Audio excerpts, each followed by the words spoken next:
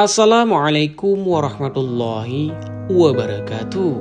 Sebagai makhluk yang paling dimuliakan Tuhan, manusia patut bersyukur atas segala karunia yang diberikan olehnya.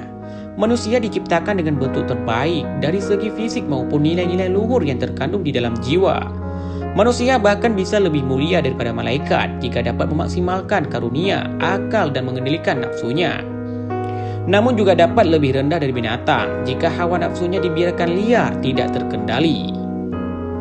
Salah satu bentuk kasih sayang Tuhan kepada manusia adalah memberi peringatan agar berhati-hati menghadapi tipu daya iblis.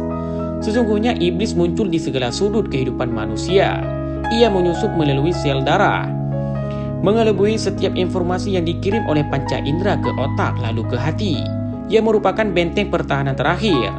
Allah secara terang-terangan menyebutkan bahwa iblis adalah musuh yang nyata bagi manusia. Dalam surat Yasin ditegaskan, yang artinya, "Bukankah aku telah memerintahkan kepadamu, hai Bani Adam, supaya kamu tidak menyembah syaitan? Sesungguhnya syaitan itu adalah musuh yang nyata bagimu." Iblis sangat membenci kepada anak cucu Adam karena dendam kusumat yang melandanya. Jauh sebelum diciptakannya Nabi Adam, iblis adalah pribadi yang tekun beribadah.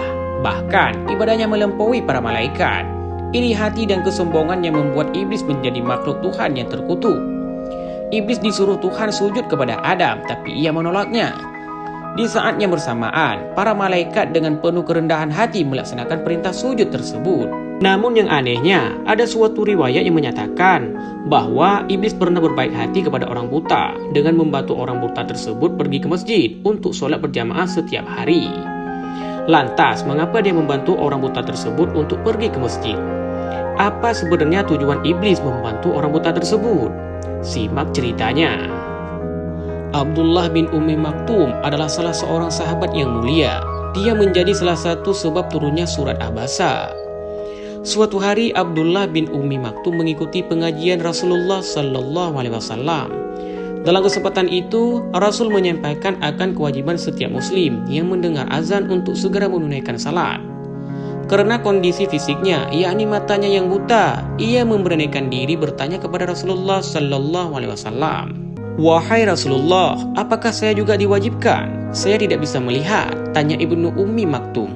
Rasul menjawab, "Apakah kamu mendengar suara azan?"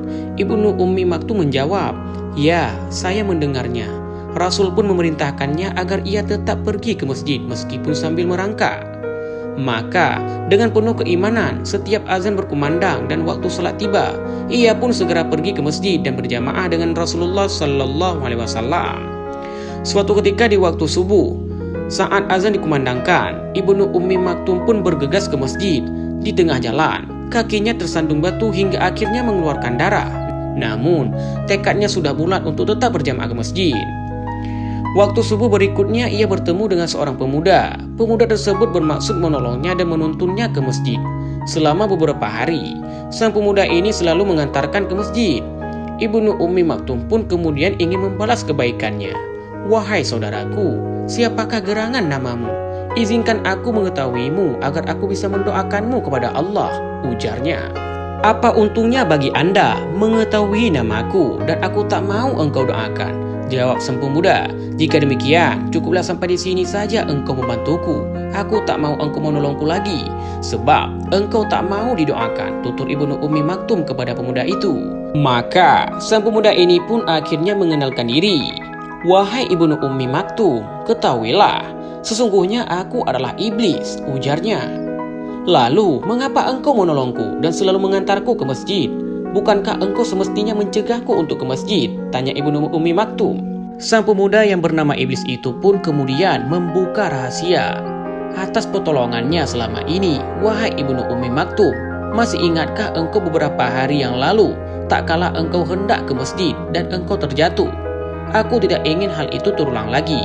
Sebab karena engkau terjatuh, Allah telah mengampuni dosamu yang separuh. Aku takut kalau engkau jatuh lagi, Allah akan menghapuskan dosamu yang separuhnya lagi, sehingga terhapuslah dosamu seluruhnya.